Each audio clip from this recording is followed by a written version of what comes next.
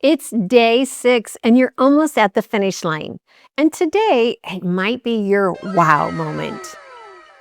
Cloves contain compounds that help improve circulation, support brain function, and boost your antioxidant activity. And when inflammation calms, clarity comes. You may notice better focus, more stable mood, clearer thinking, and surprisingly, good energy. For me, and this is when I said, okay, this tiny spice is doing something real. Well, comment down below, say day 6, more energy.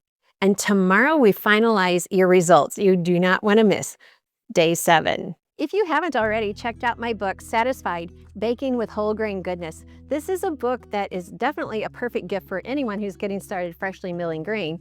And it includes not only some of the teaching in the beginning about the value of real grain and how God created it, but it has some of my very favorite recipes for holidays, for every day. So many delicious recipes that I know your family's going to love.